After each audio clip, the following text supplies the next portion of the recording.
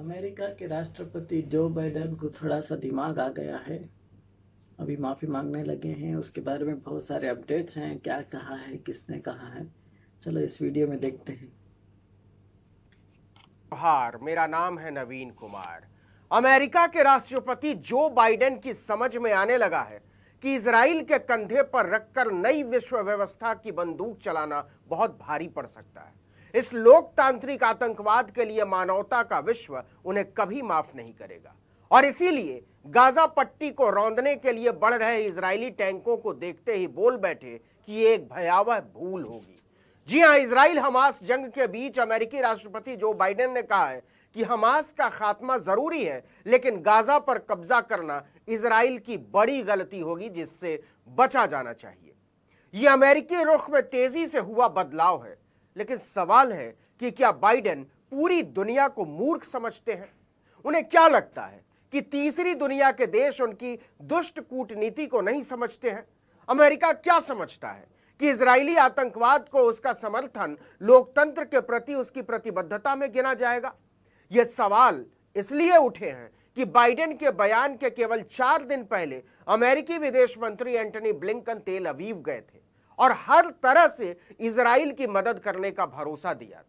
इस मदद के तहत अमेरिकी फाइटर और नेवी शिप भूमध्य सागर में तैनात हो चुके हैं। अल जजीरा के मुताबिक 15 अक्टूबर को अमेरिकी aircraft carrier USS D Eisenhower भूमध्य सागर की तरफ बढ़ता चला आ रहा है, जबकि इस इलाके में अमेरिका का USS Gerald R Ford warship पहले से ही तैनात है। न्यूयॉर्क टाइम्स की एक रिपोर्ट के मुताबिक इजरायली डिफेंस फोर्स के लगभग 10,000 सैनिक गाजा में जमीनी हमले के लिए तैयार बैठे हैं, लेकिन कुछ रिपोर्टों के मुताबिक यह संख्या 1 लाख के आसपास बताई जा रही है। वहीं गाजा बॉर्डर पर 300 से ज्यादा इजरायली टैंक चढ़ाई के लिए तैनात हैं। ब्रिटिश बेड़ा भी इजराइल की मदद के लिए बढ़ता चला आ रहा है। इतना बड़ा सैन्य जमावड़ा क्यों लगा रहा है अमेरिका? क्या केवल हमास के हमलों को रोकने के लिए, या फिर उसने खुद ही इजराइल को गाजा पट्टी पर हमले के लिए उकसाया और जब उसे लगने लगा कि यह रूस, चीन, ईरान, मिस्र, तुर्की, अरब देशों को गोलबंद कर सकता है, तो वो अपनी शातिरी को लोकतांत्रिकता का नाम देना चाहता है? आपको बता दें कि इजराइल में पूरे 2 दिन गुजारने के बाद एंटनी ब्लिंकन जॉर्डन, सऊदी अरब और इजिप्ट के दौरे पर गए।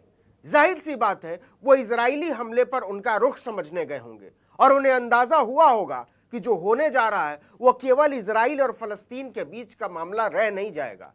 और इसके पहले कि एंटनी ब्लिंकन वापस वाशिंगटन पहुंचते, अमेरिकी राष्ट्रपति जो बाइडेन का बयान आ जाता है कि गाजा पट्टी पर हमला इजराइल की भयानक भूल होगी। बाइडेन को दरअसल पता है कि अमेरिकी रुख में इस बदलाव को दुनिया मजाक समझेगी, इसीलिए उन्होंने खुद आकर सफाई पेश की है।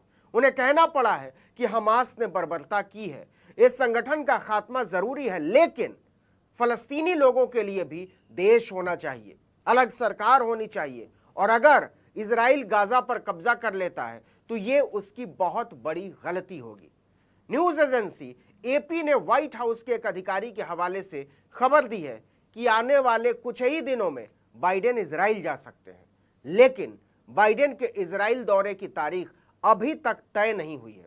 सवाल है कि बाइडेन के इस दोहरे रुख पर कौन यकीन करेगा? एक तरफ वो पर्याप्त शक्तिशाली इजराइल को हमले के लिए उकसाते हुए वॉशिंगटन से युद्धक विमान, मिसाइलें और वारशिप भेज रहे हैं, तो दूसरी तरफ कह रहे हैं कि गाजा पर कब्जा ठीक नहीं होगा। देखिए कि इजराइल ने बड़े जमीनी हमले से पहले अपने एयरफोर्स से गाजा पट्टी का हवाई सर्वेक्षण कराया है। टाइम्स ऑफ इजराइल ने अपनी रिपोर्ट में लिखा है कि गाजा पट्टी पर हमले के लिए उन कमांडर्स को चुना गया है जो पहले भी वहां तैनात रह चुके हैं। आपको बता दें कि 2005 से पहले भी गाजा पट्टी पर इजराइल का ही कब्जा था। इस इलाके को इजराइल ने 1967 की जंग के बाद जीता था, लेकिन 38 साल बाद 2005 में ओस्लो संधि के बाद उसने यहां से अपनी फौज हटा ली थी और उसे फलस्तीन को वापस कर दिया था। अब इजराइल फिर से पुरानी व्यवस्था को बहाल करने की तैयारी कर रहा है, बहुत जोर शोर से। इस बीच अल जजीरा की एक रिपोर्ट बहुत गौर करने वाली है। इजराइल गाजा पट्टी के बहाने पूरे फलस्तीन की व्यवस्था को तहस नहस करना चाहता है। इस रिपोर्ट के मुताबिक इजरायली सैनिकों ने वेस्ट बैंक में भी हमला करना शुरू कर दिया है, पश्चिमी किनारे पर भी। उसने जेरिको के अकाबत जब्र कैंप में एक फलस्तीनी को मार डाला। साथ ही उसने वेस्ट बैंक से कई फलस्तीनियों को गिरफ्तार भी किया है। पूरी दुनिया का ध्यान इस समय गजा पट्टी की तरफ है। इसका फायदा उठाकर गाजा से कोई 125 किलोमीटर दूर पश्चिमी किनारे पर भी सैन्य अभियान शुरू कर चुका है इजराइल। लड़ाई छिड़ने के बाद से वेस्ट बैंक में 53 लोगों की मौत हुई है और कोई 1100 फलस्तीनी घायल हुए हैं। यह इजराइल की नीयत को दिखाता है। इतना ही नहीं, इजराइल ने गाजा बॉर्डर के इलाकों को खाली करने का आदेश देने के बाद अब लेबनान में भी हमले बोल रहा है। उसने साफ कहा कि लेबनानियों को सीमा से 2 किलोमीटर दूर तक का इलाका खाली कर देना होगा। लेबनान में हुए हिजबुल्लाह के हमले के बाद इजराइल ने जवाबी कार्रवाई की थी।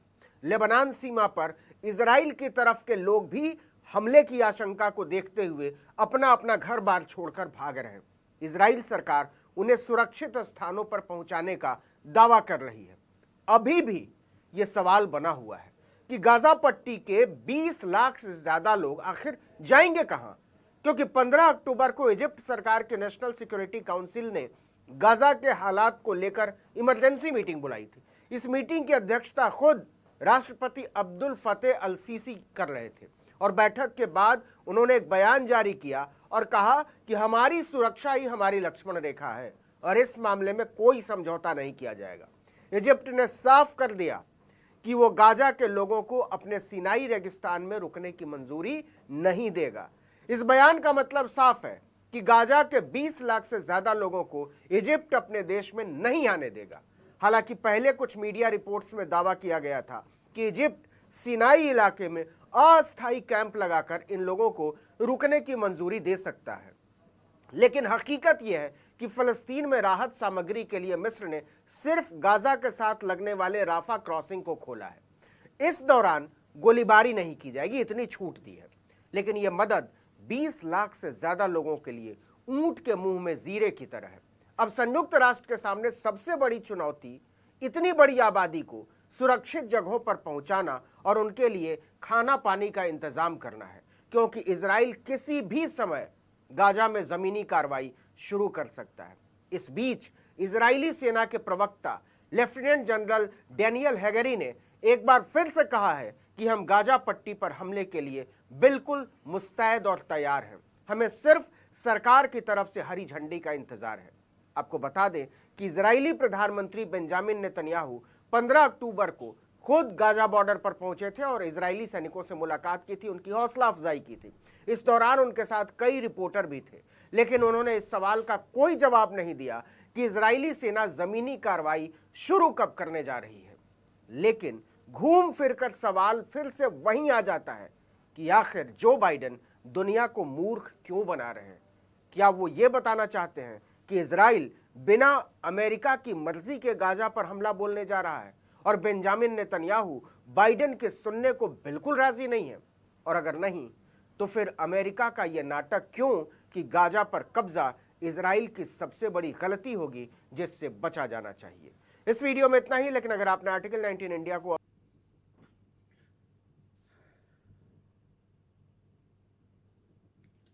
जो बाइडेन को भी समझ में आ गया है मिडिल ईस्ट में क्या किसके हक में है, किसके साथ खड़े हैं, ये सब कुछ। क्योंकि वहाँ का विदेश मंत्री कतर भी आया था, मुंह की खानी पड़ी इधर आकर। सब बोल दिए कि हम अमेरिका के सपोर्ट में नहीं खड़ेंगे, इसराइल के खिलाफ खड़ेंगे, फ़लस्तीनियों के साथ खड़े होंगे। पूरा मिडिल ईस्ट में चक्कर लगा के गया है वहाँ का विदेश मंत्री, तभी उसको होश आया है कि अगर गजा में घुसते हैं इजरायली तो चारों तरफ से हमला होगा। कहीं ना कहीं रूस सपोर्ट करेगा मिडिल ईस्ट को, रूस सपोर्ट करेगा तो अमेरिका भी आना पड़ेगा इसराइल के ज़रिए, तो वर्ल्ड वार 3 शुरू हो जाएगी, उसके बाद दुनिया ख़त्म हो जाएगी। इसीलिए वो जो बाइडेन भी समझता है कि अब पीछे हटना ही हमारी सोचे समझे इसी में हमारी भलाई है। इसलिए वो अपने वर्ड्स को बाहर वापस लेकर झुकने की कोशिश कर रहा है। मगर अगर गजा में घुसता है इजराइल, अभी भी ईरान तैयार है हमला करने के लिए। अगर वो हमला करता है तो सीरिया भी साथ में आ जाएगा। उस सीरिया के सपोर्ट में रूस ज़रूर आएगा। रूस चाहता है कि ये जंग हो ताकि यूक्रेन से दुनिया की नज़र हट जाए।